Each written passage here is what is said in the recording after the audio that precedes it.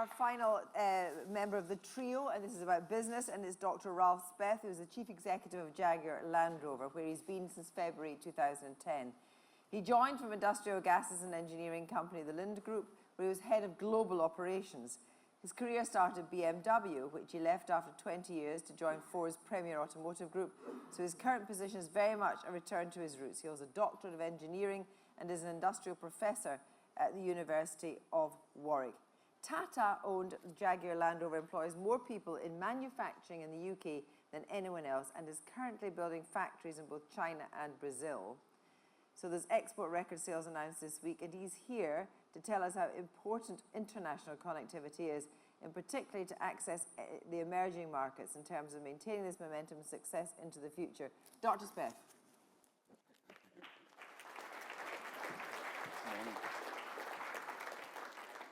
So, thanks a lot. In principle, everything is said. And also I only can echo Nigel's words. So, nevertheless, let's see it from our other side. Ladies and gentlemen, good morning. Jaguar Land Rover has a rich British heritage founded on a long history of designing and engineering premium products in the UK. And that British DNA is valued by our customers all over the world, who are looking really for something special. We may be British as a company at heart, but in reality, we are now a global car company with a very broad sales footprint right across the world.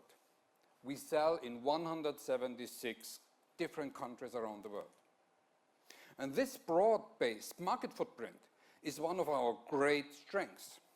It means we grow strongly and proportionally in Russia, Brazil, and China, whilst also growing in Western Europe, despite the crisis, the US, and/or Africa. As a result, we export nearly 85% of all our products and services, bringing around 16 billion pounds worth of export revenue back into the UK. And now we make cars also outside of the UK too. A few years ago, we started building Land Rovers in India. We soon begin manufacturing in China.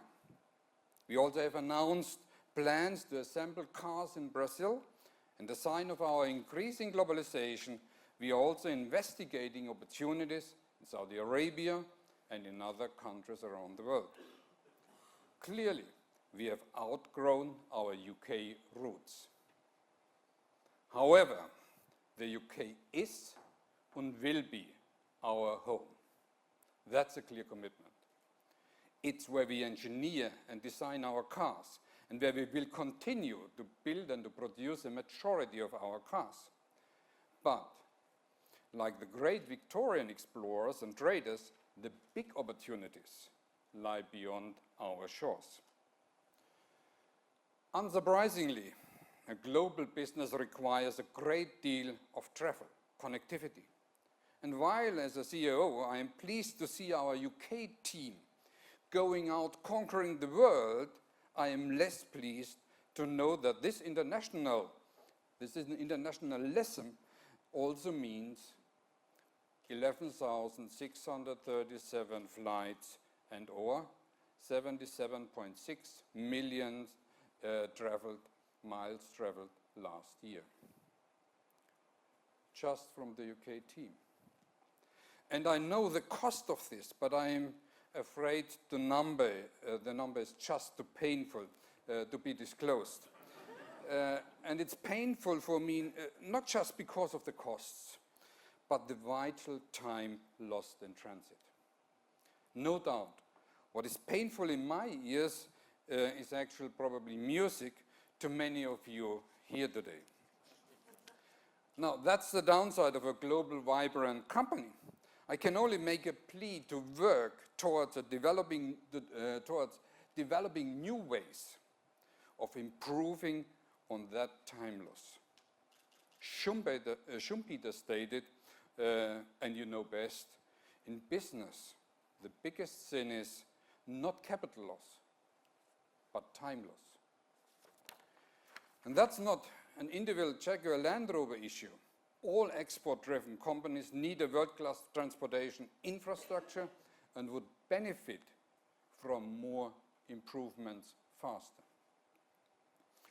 And ladies and gentlemen, our suppliers are also global. We have just over 2,600 different suppliers, producing everything from raw materials to anti-lock brake systems and transmissions. Half of our suppliers are located in the UK, about 40% elsewhere in Europe, and just over 10%, but growing, in the rest of the world. You see that plane journeys undertaken on behalf of Jaguar Land Rover by our suppliers are easier multiple of our own ones. Now, let me give you a little bit background on our global diversification. In principle, also comparable with all the other industries. Now, we have certainly targeted both mature and developing markets simultaneously, not one before the other. And this is one reason, I believe, why we continue to go strongly in supposedly saturated markets such as Western Europe.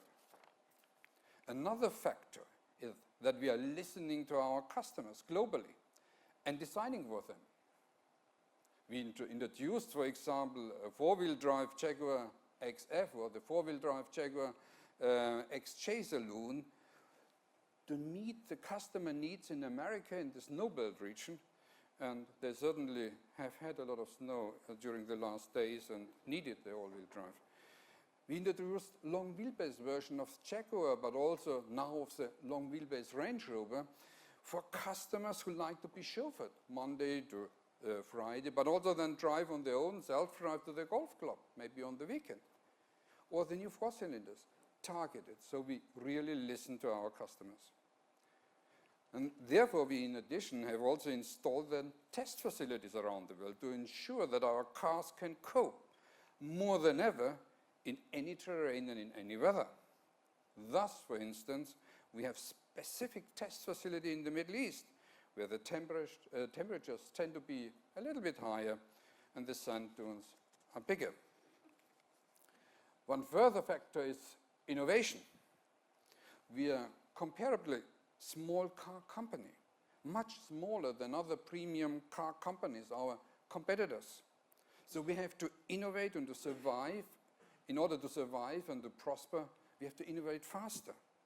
We must be nimble and think quick quick thinking. And if we are to lead in this high technology and fast-moving industry, making the world's most technology complex consumer product, a car, we have to be innovative.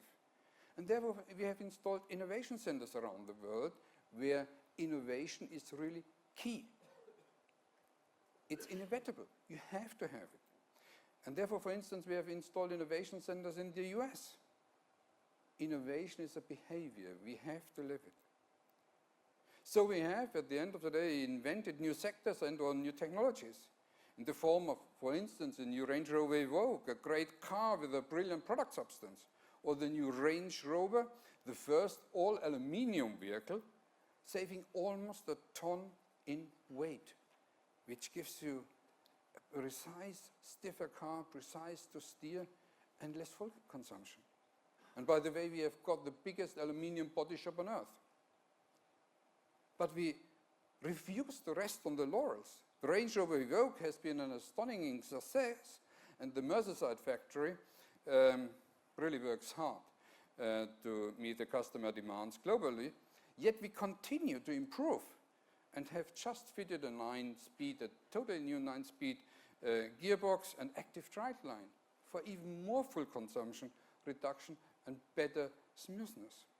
An automotive first, world first.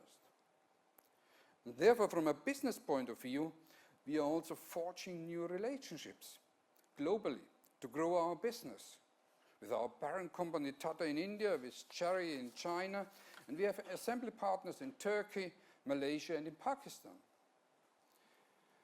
So, what I want to say, we have to think globally to be successful. That's nothing new for a British company. This country got rich on its global trade and innovation technologies. For instance, Austin. Austin helped BMW and Nissan to start the business. Austin licensed the Austin 7 to this company. And both companies sell more than 7 million cars at the moment. So I'm convinced that this way is a way to long-term success and a profitable, sustainable growth. For us, Jaguar Land Rover, for Britain as an industrial nation, and the UK really has got the creative potential, the creative people to make a difference. Historical London's success has also been partly due to its excellent transport links, first by sea as an island nation, and more recently by air.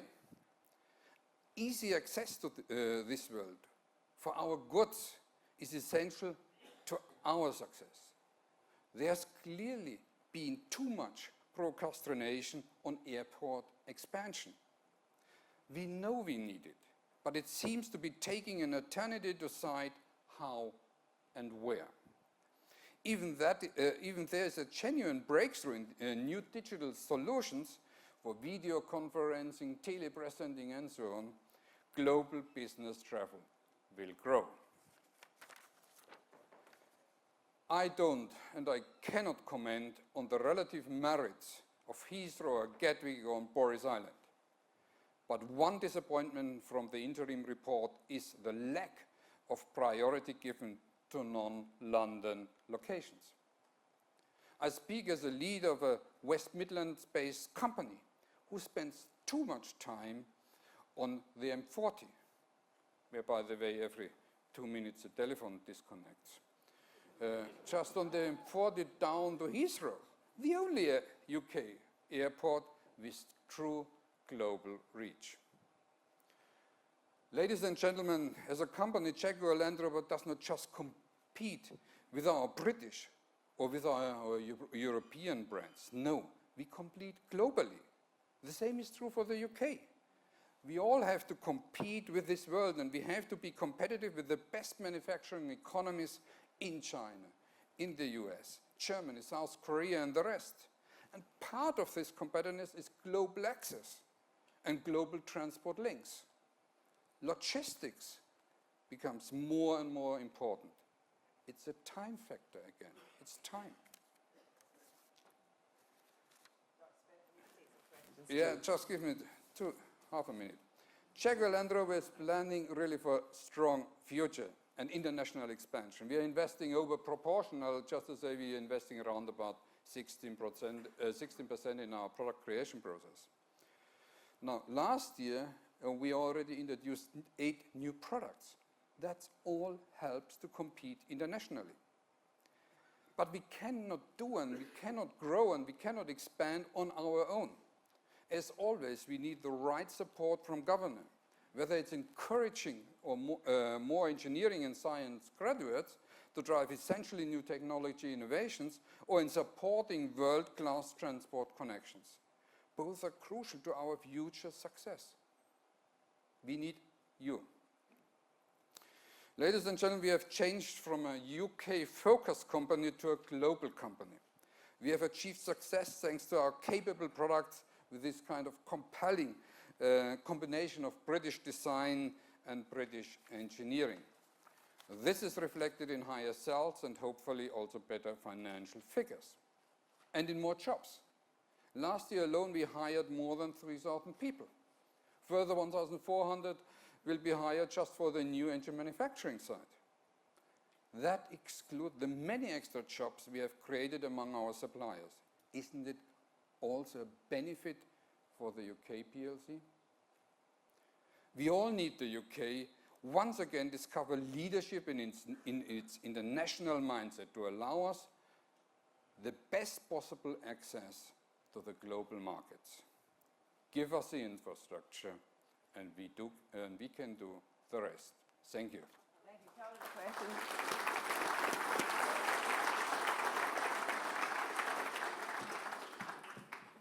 There's a question right in the middle at the back, but just before I take it, I just want to ask a quick question. I mean, obviously, you're looking for, I assume, better long haul from Birmingham.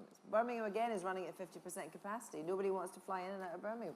Sorry, not nobody, but not many long hauls. And you want long hauls to BRIC countries from Birmingham. You want long hauls to China. You don't want to go through the hub. Exactly so. Not only Birmingham, but also Manchester, for instance, because we are in Liverpool. Yeah. So I can only echo your word, Nigel. Yes, we want to do it because we need this international access. And our suppliers need it. And repatriating companies, repatriating suppliers, they need it. Otherwise, they are not prepared really to come back to the island. It's anyhow more expensive to be on the island in terms of logistics. But at the moment, it's not viable for the airlines to do it. Otherwise, they would do it. I don't know why. We are too small. I'm only a small company. I guess maybe if there's more demand out of the audience, maybe we can change it. Okay, one question on this. If Jaguar Land Rover expands to a massive extent beyond the shores, and you've already said you've outgrown Britain, and you don't think the links are good enough, and you think you've got a better opportunity to manufacture elsewhere, will transport links make a difference between you staying here and maybe actually relocating totally to Brazil or China? We will never totally go to China or Brazil. We always will be a UK company. Gentleman right in the middle. Jeff Gazard again. You're from where, sorry? Aviation Environment Federation. I'm nearly going to go out and buy a Jaguar because that was a barnstorming performance, but I'm not going to. Because if you quote Schumpeter about the importance of time, and time is money, and you've got 11,000 employee trips a year from the UK, you've probably got 150 people in the air every day. And that is wasting some money, as you've said yourself. Why don't you convert 3 to 5% of those trips to video conferencing, which I know you use extensively, and make even more money, and travel your thoughts at 3,000 miles a second instead of 500 miles an hour? By the way, I'm totally with you, and we have really, in every and each location, we have video conferencing, we have telepresence, we have introduced all of this latest technology. At the end of the day, you need the expertise outside, abroad, to install something, and you need also the personal contact. Get together, managing it. It cannot be done only electronically. And that's the reason why I also mentioned it, that despite these kind of new modern technology, we will see further growth also in travel. Thank you very much indeed, Dr. Speth, for your presentation. Thank you.